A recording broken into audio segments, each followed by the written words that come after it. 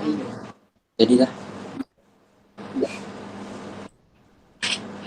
Okay dah. Okay dah. Bismillahirrahmanirrahim. Assalamualaikum warahmatullahi wabarakatuh dan salam sejahtera kepada para penonton. Segala puji-pujian kehadrat Allah Subhanahu Wa Taala kerana dengan limpah kurnia dan izinnya dapat kita bersama-sama bersua dalam forum yang dianjurkan di platform Google Meet pada pagi nirmala yang bening lagi ceria ini. Mauduk forum kita pada kali ini iaitu makanan halal. Hadirin dihormati sekalian. Sebelum saya mengupas isu-isu makanan halal dengan lebih lanjut, saya ingin memperkenalkan ahli-ahli panel yang bukan calang-calang orang. Di sebelah kanan saya, Encik Nur Khairil Adil selaku Ketua Unit Integriti JAKIM. Manakala di sebelah kiri saya, cantik lagi molek iaitu Cik Irana Syirah selaku Pengarah Bahagian Pengurusan Maklumat JAKIM. Dan di hujung sekali, dan lain kalau tak bukan, Cik Siti Arina Kaisa selaku Pengarah Kanan Bahagian Penyelidikan JAKIM. Hadirin dihormati, kita sudah sedia maklum bahawa isu makanan yang syubha atau tidak halal semakin berleluasa sehinggakan rakyat tidak mengambil berat tentang perkara ini, terutamanya orang yang menganut agama Islam di Malaysia. Makanan bukanlah sekadar untuk mengisi perut, bahkan mempunyai ikatan ibadat serta memberi kesan kepada peribadi manusia. Sebab itulah umat Islam diwajibkan untuk memastikan setiap makanan yang dipilihnya adalah dari sumber yang bersih dan halal.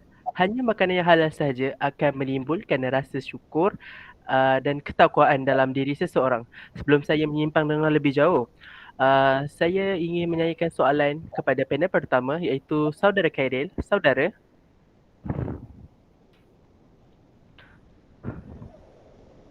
Saya.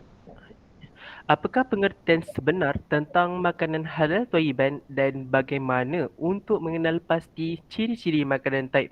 Saya serahkan kepada Saudara Khairil. Silakan saudara.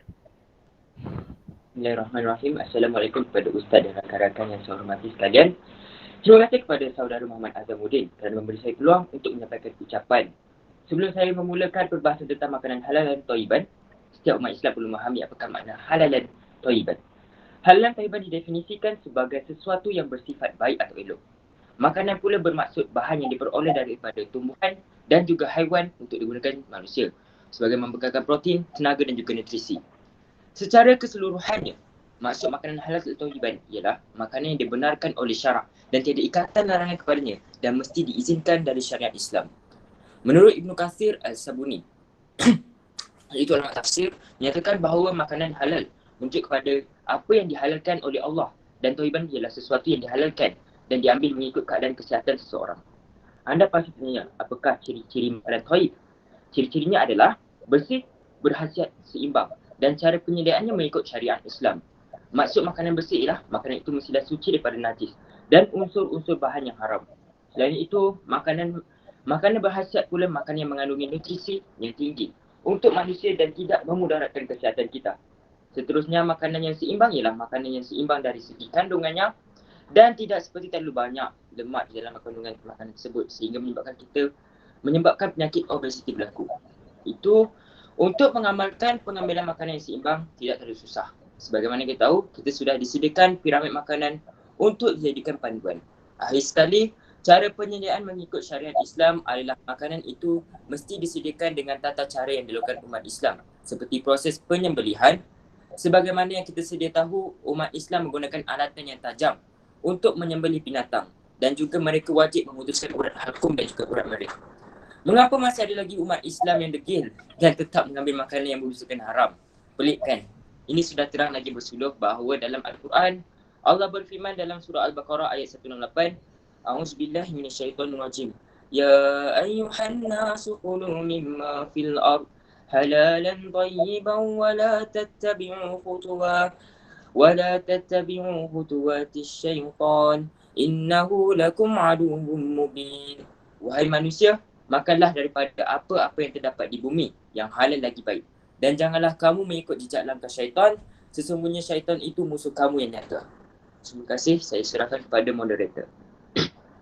Terima kasih saudara Khairil atas perkongsian anda sebentar tadi. Hadirin yang hormati, makanan halal secara hakikatnya, masyarakat menganggap makanan yang tidak mengandungi bahan yang berasaskan babi. Tetapi kita sudah didedarkan sebentar tadi, makanan halal ini sepatutnya dicari agar menjadikan tubuh badan kita sihat sentiasa. Penerangan yang cukup jelas dan padat tadi telah pun menjawab persoalan dari untuk para hadirin yang hadir pada hari ini. Tetapi tidak berguna juga kalau kita tidak berusaha untuk mencari makanan yang halal. Oleh itu, saya ajukan soalan ini kepada saudari Ira Nashira. Saudari Ira, Ya. saudari, adakah kewajipan kita sebagai Muslim untuk mencari yang halal dan taib? Dan mengapa perlu yang halal dan taib? Sila saudari untuk mengulas dengan lebih lanjut lagi. Baik, soalan yang baik. Antara ciri ajaran Islam adalah syumuliah, iaitu bersifat menyeluruh dan menyentuh seluruh aspek kehidupan manusia, termasuk tuntutan syariat mengenai makan dan minum. Bumi dan seluruh isinya sebenarnya yang Allah telah tundukkan untuk kepentingan manusia memang menyediakan pelbagai jenis makanan. Namun, Islam memerintahkan umatnya untuk hanya mengambil makanan yang halal dan meninggalkan yang haram.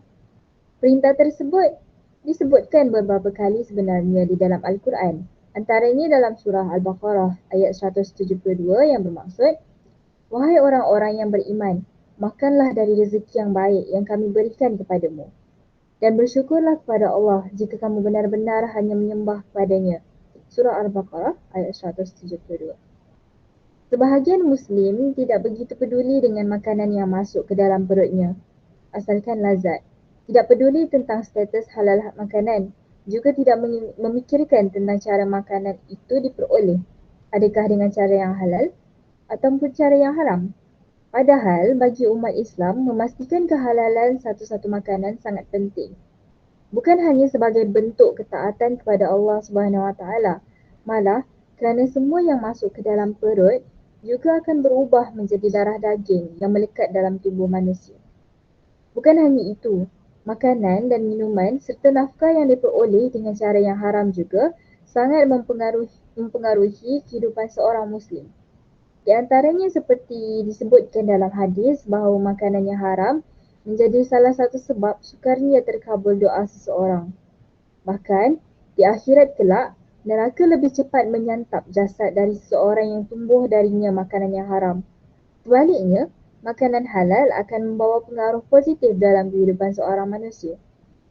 Makanan halal akan memudahkan seseorang dalam beramal soleh. Makanan halal juga berperanan sebagai pencegah dan penawar dari pelbagai penyakit.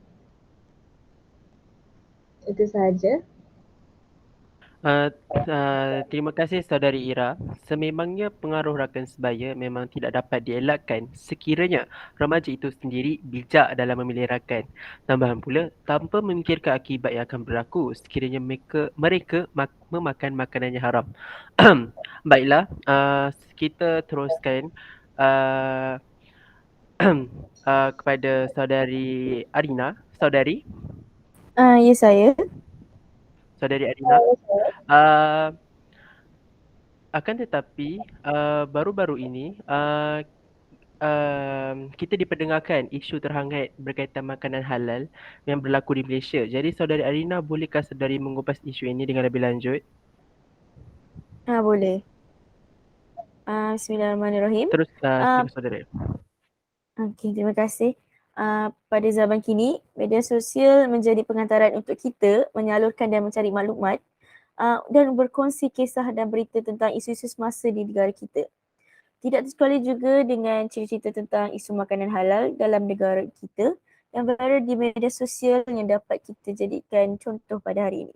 Kisah yang pertama adalah kisah dibesarkan oleh Laushi, iaitu kanak-kanak. Kisah yang mahu saya sampaikan hari ini adalah tentang kehidupan gadis Islam yang dibesarkan oleh Laushi, iaitu guru yang bukan Islam. Laushi sangat memastikan gadis ini dapat makan makanan yang halal dan menunaikan ibadah sebagai seorang Muslim sehingga ke hari ini. Seterusnya, kisah yang kedua tentang daging halal yang dicampur dengan daging babi. Ini mengisahkan tentang 4 chef restoran di Jepun. Mereka merupakan rakyat Malaysia yang bekerja di Kobe, Jepun. Mereka merupakan agama Islam. Restoran itu juga merupakan restoran Islam yang menghidangkan makanan kepada orang Islam Malaysia yang melancong ke sana. Mereka berhenti kerja kerana mereka tidak mahu bersubahat dengan pemilik restoran tersebut yang menghidangkan daging babi yang dicampurkan dengan daging halal, itu daging lembu, untuk dijadikan bahan mentah makanan mereka. Kisah ini dapat mereka tahu bila mereka mengambil stok bahan mentah di salah satu kilang dan mereka nampak mesin yang diproses bukan mesin yang diproses daging babi. Oleh itu mereka terus berhenti kerja. Sekian itu saja. Terima kasih. Terima kasih saudari Arina. Baiklah, sidang hadirin. Sudah kita bincangkan tentang ciri-ciri makanan halal dan kewajipan kita sebagai Muslim untuk mencari makanan halal. Baiklah, kita teruskan kepada isu-isu semasa tentang makanan halal yang menular tanpa henti sehingga ke hari ini. Mungkin dek kerana kecuaian bagi sesetengah pihak yang mengabaikan standard makanan yang halal dan baik. Jadi, setiap berlaku mesti ada punca yang kita dapat kenal pasti. Oleh itu, bolehkah saudari Ira mengutarakan pendapat anda? Apakah punca-punca isu semasa ini berlaku? Silakan saudari. Baik, pada pendapat saya, umat Islam pada hari ini khususnya remaja mempunyai sifat ingin tahu yang terlalu tinggi. Ditambah pula dengan kehadiran rakan-rakan yang gemar mempengaruhi seseorang ke arah keburukan atas dasar liberal dan hak asasi manusia dalam memilih. Kononnya hidup ini hanya sekali. Apa salahnya sekali-sekala cuba memakan makanan yang jelas haram di dalamnya? Tidak kurang juga dengan rakan-rakan yang mengajak makan dengan hasil wang mencuri. Lama kelamaan, makanan yang haram ini yang pada awalnya sekadar hendak dicuba terasa lazat dan mengasyikkan. Seterusnya mengakibatkan ketagihan.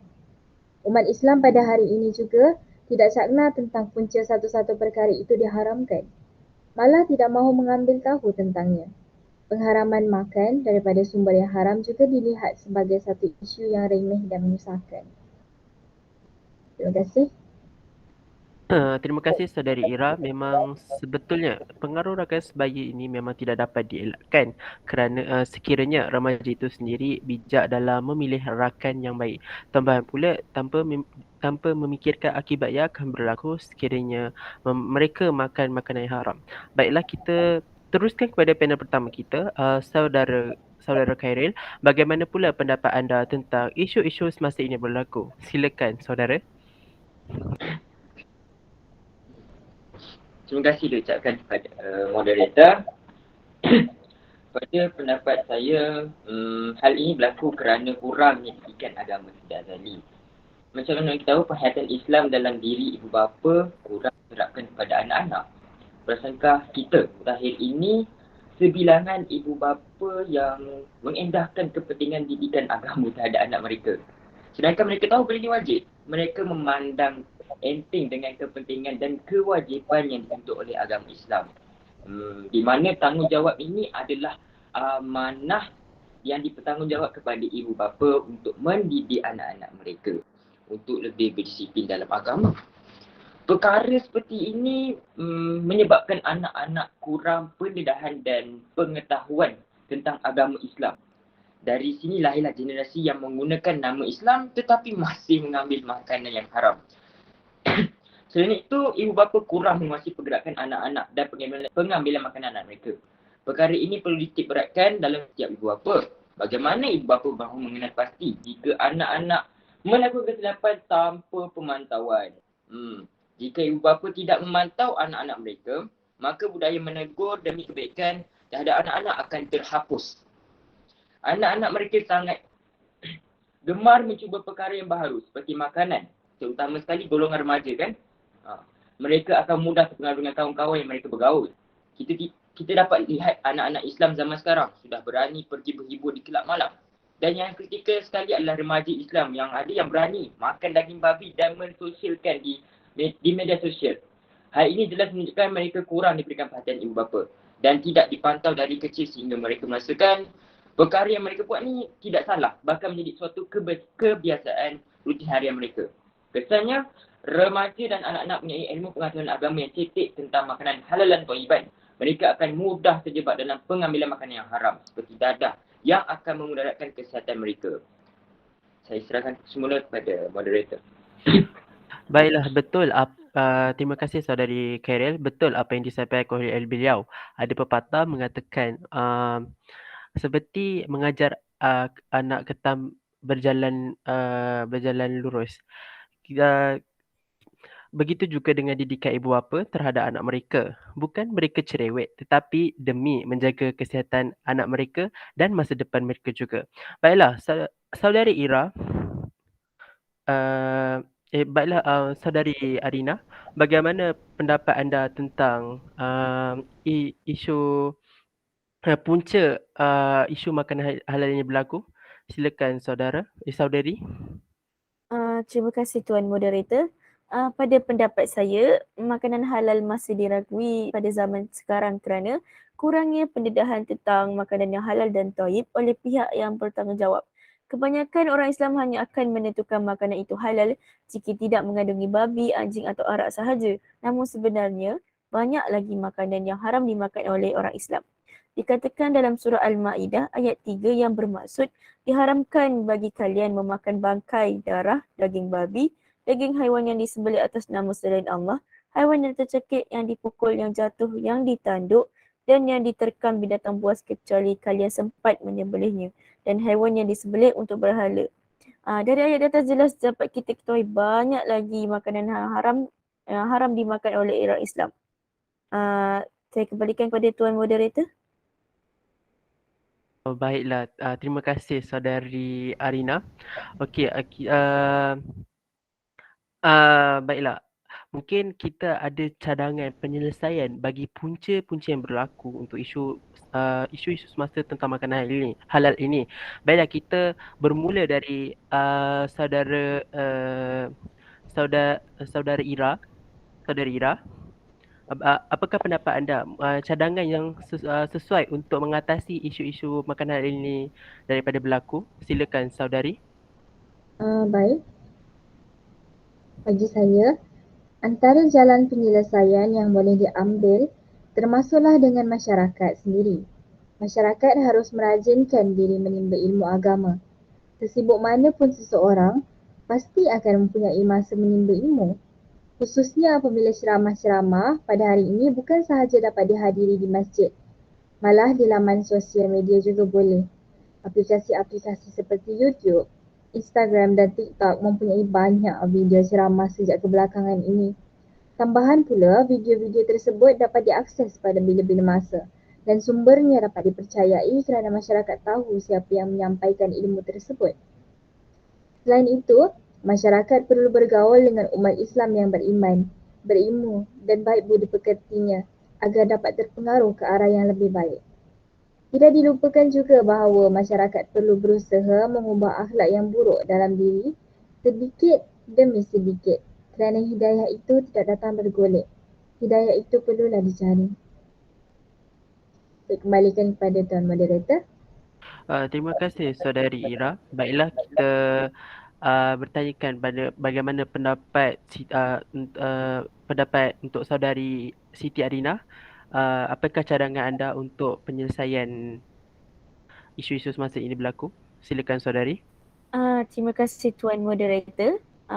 Pendapat saya, langkah penyelesaian yang boleh diambil oleh pihak kerajaan untuk menangani masalah kurangnya pendedahan orang Islam akan isu makanan halal dan thayyiban adalah pihak yang bertanggungjawab seperti Jabatan Kemajuan Islam Malaysia iaitu JAKIM boleh memperbanyakkan kempen berkaitan isu makanan halal seperti kempen pembudayaan gaya hidup sihat dan pemakanan halal untuk orang ramai.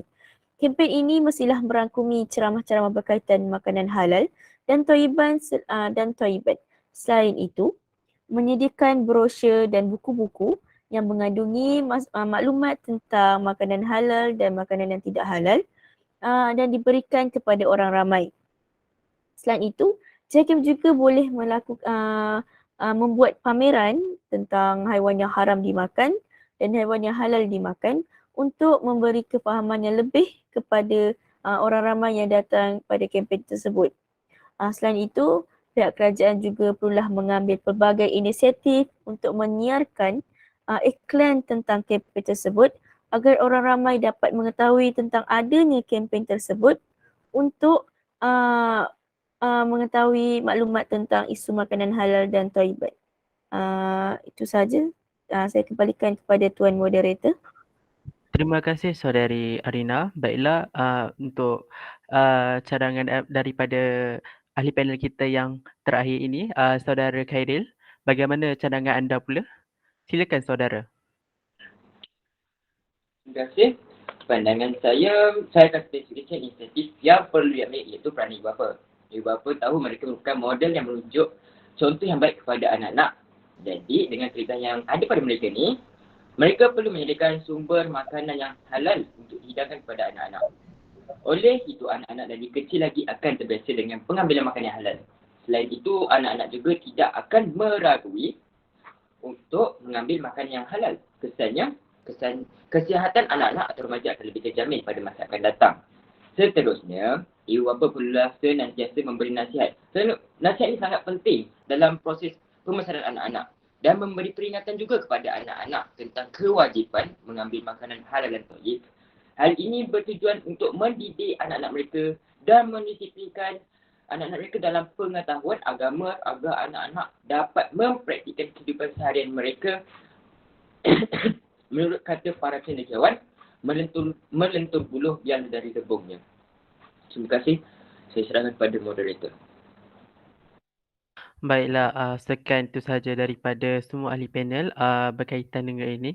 Seperti kita dapat tahu, hasil daripada forum ini diadakan untuk memberi pemahaman tentang makanan halal semakin lebih jelas setelah diterangkan dengan lebih terperinci. Persoalan daripada penonton pun telah terjawab sekaligus menyedarkan mereka dan kita sekali bahawa makanan yang halal dapat memberikan impak yang lebih positif dalam kehidupan seharian. Menurut peribahasa Melayu, hendak seribu daya, tak hendak seribu dalih. Jadi, makanan halal ini sangat berkait rapat dengan amalan ibadat seseorang Muslim. Baiklah, sebelum kita berhenti dari kita berakhirkan forum kita pada hari ini, ada soalan daripada penonton. Baiklah, soalan pertama dia berbunyi begini. Apakah hukum memakan ikan paus dan ikan jerung? Saya buka soalan ini kepada mana-mana ahli panel yang ingin menjawab. Silakan.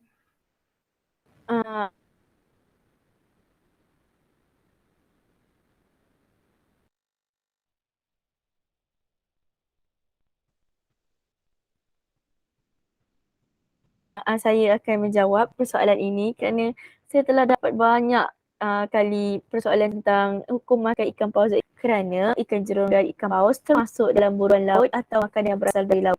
Ini berdasarkan surah Al-Ma'idah ayat 96 yang bermaksud dihalalkan bagi kamu binatang buruan laut dan makanan yang didapati dari laut sebagai bekalan bagi kamu untuk menikmati kelezatannya dan juga bagi orang-orang yang dalam pelayaran, tetapi diharamkan atas kamu berburu binatang buruan darat selama kamu sedang berihram.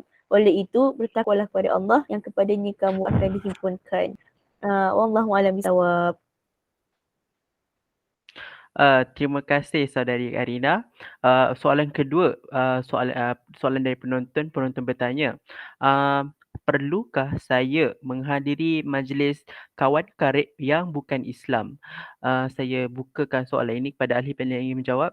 Silakan. Perlukah saya menghadiri?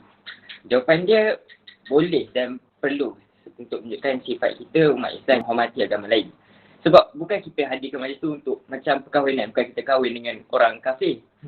Jadi jawapannya boleh. Asalkan contoh kita pergi ke rumah perkahwinan bukan non-Muslim dan juga macam menziarahi gereja, boleh saja. dengan syarat yang ditetapkan, iaitu yang pertama, hati ni kena sentiasa takut dengan Allah.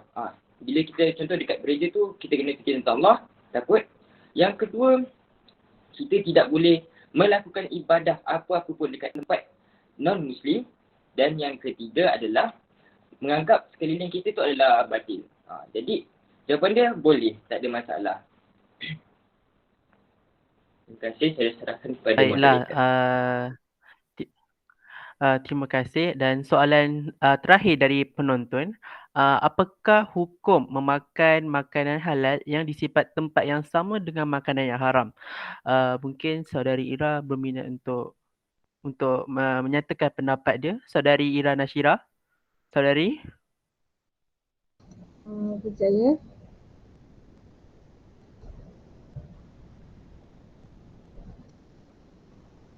Untuk soalan ini, sebenarnya soalan ini agak popular buat masa ini. Sebagai contoh, mungkin ada dalam kalangan masyarakat kita yang meletakkan botol minuman arak di satu tempat yang sama dengan makanan halal seperti ayam yang telah disembelih. Sebenarnya makanan yang ayam itu masihlah dalam keadaan yang halal dan apabila dimasak, ia masih boleh dimakan. Hal ini kerana makanan tersebut tidak bercampur. Jadi, harapnya dapat menjawablah soalan tersebut. Terima kasih saudari Ira Nashira. Baiklah, semua soalan sudah dijawab. Persoalan semua dah diterangkan, dah diberitahu dengan lebih terperinci. Sebelum saya mengakhiri forum ini, saya ingin menyampaikan satu serangkap pantun, iaitu bunga dedap di atas para anak dusun pasang pelita. Andai tersilap tutur bicara, jari disusun, maaf dipinta. Terimalah salam-salam bersantun, salam yang minta maaf, salam yang minta ampun. Saya mewakili semua ahli panel mengucapkan setinggi-tinggi terima kasih kepada semua hadirin yang sudi menonton video forum kumpulan kami ini. Lantar keterbatasan waktu, saya mohon mengakhiri bicara ini. Selanjutnya mohon mengundur diri dari platform Google Meet ini. Baiklah, sekian wabillahi taufiq wal hidayah. Wassalamualaikum warahmatullahi wabarakatuh.